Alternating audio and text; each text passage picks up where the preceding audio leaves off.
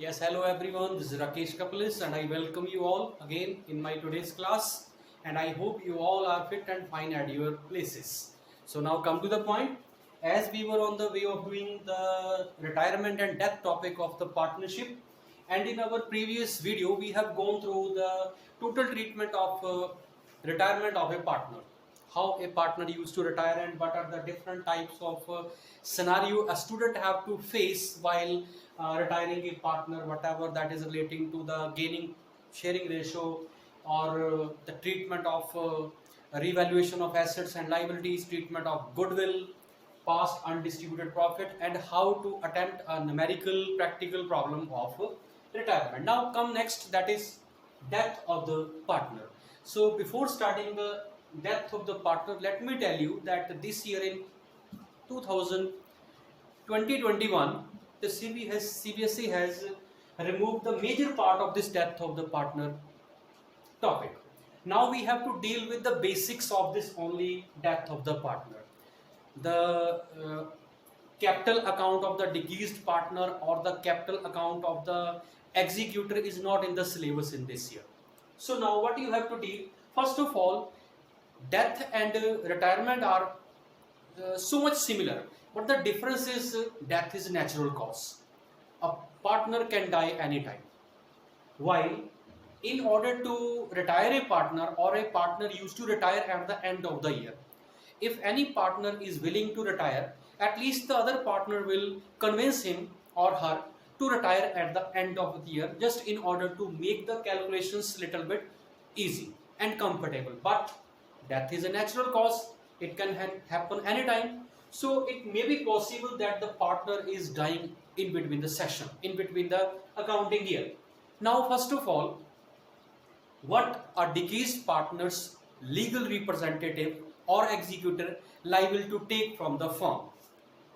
They are liable to get the amount of capital stands at their capital account, interest on capital up to the date of death if partnership deed provides so, past undistributed profit or loss he or she will be given, amount of goodwill will be given to that partner's deceased partner's executor, just like a retiring partner get in the gaining ratio, because as any partner will die, the share of other partner will also increase as in case of retirement.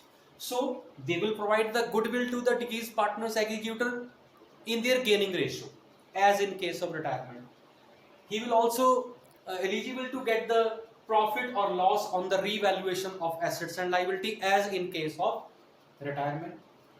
He will also be eligible, his executor will also be eligible to get share of profit up to the date of death. Suppose accounting year starts on 1st April and this partner, one of the partner died in June or in July. So up to the date of death, his legal representatives are eligible to get the share of profit up to the date of death.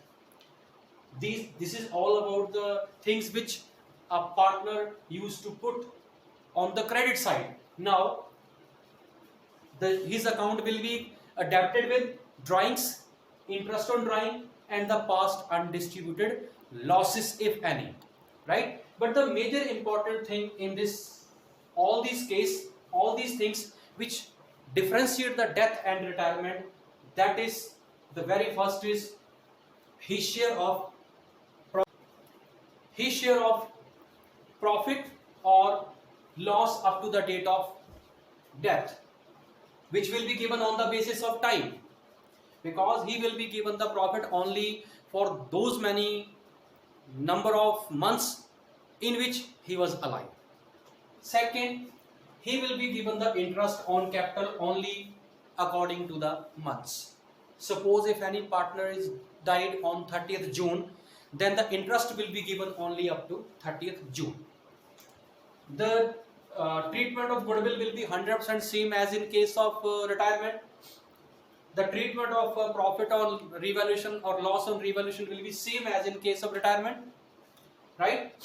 The treatment of undistributed losses, interest on drawing will be same as in case of retirement. But the treatment of this interest on capital and treatment of his share of profit up to the date of death. These two things will be different. Why? Because interest on capital in case of retirement, we used to pay for the whole year, but now this will not be happen. Why? Because it may be possible that the partner is dying in between the years, so he will be given the interest only up to the date of death. Now the last most important, that is how to find out the his share of profit or loss, because profit will be calculated when at the end of accounting year accounts will be finalized. So now what, in this case two methods will be there in order to know a notional or estimated amount of the profit. This is not the real profit.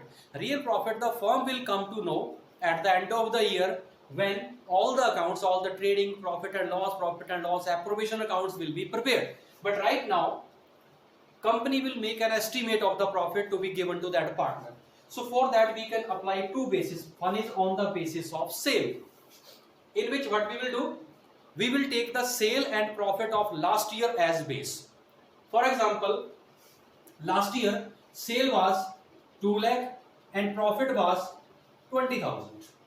So we will find out a percentage of profit, like 20,000, 2 lakh, how much percentage?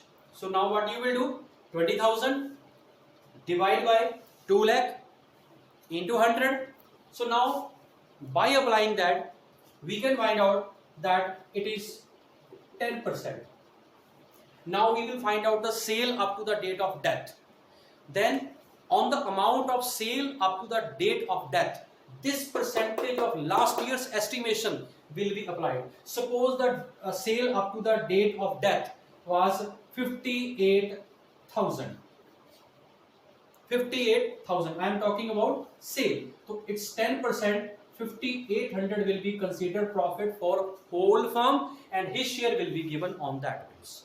Second is on the basis of time, in which we can take the previous year's profit or the average profit of some previous years will be taken as a base. Like suppose he is saying that the profit up to the date of death will be taken on the basis of last year's profit, then we will take the last year profit as base, or we can take the average profit of last some years. Suppose the 3 years profit is equal to 50,000, 60,000 and 70,000. So by dividing by 3, it should be equal to 60,000. So it means 60,000 will be the profit for the this year. Now this will be converted into that much months in which that partner was alive. Suppose he was alive up to 5 months. Then we will find out 5 by 12. Then this amount 5 by 12, suppose we are applying, this is equal to 25,000. Now this 25,000 will be given to that partner according to his share. Suppose if his share was 3 by 5, then according to that he will be given 15,000. This is on the basis of sale. A very small concept will be asked in this year's paper from death, and that will be specially from on the how to find out his share of profit up to the date of death by applying sale method and by applying on the basis of time, means previous years or the average of some previous years. So this is all about the death, and by applying this you can find out at least what is the amount to be given, what is the amount payable to the legal representative or executor of the deceased partner. So you can make the practice according to that, and you need not to go into the depth of death of the partner, because so many things are being removed from this year. Okay, thank you very much.